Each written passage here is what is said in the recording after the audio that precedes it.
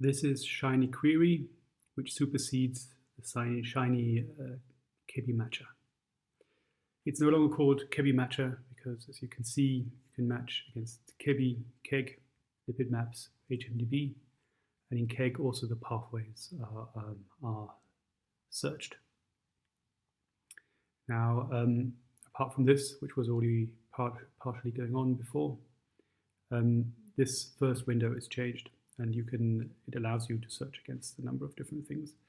So as before, it will search against metabolite IDs, and these could be KEGG IDs, Chebi IDs, lipid maps IDs, HMDB IDs, even other DBs, even other IDs, really. This just works as before, but you can now also do a full text search, and I'll just demonstrate this. You say, I want to look for alanine, probably a very bad idea, but okay, what will we get?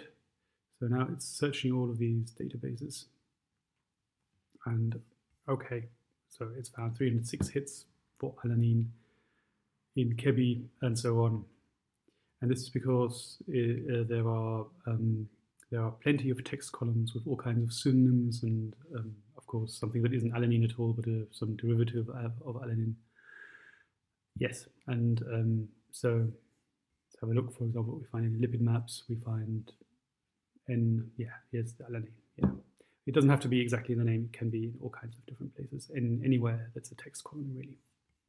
Yeah, and so this is just makes the tool perhaps a little bit more useful for general kind of searches.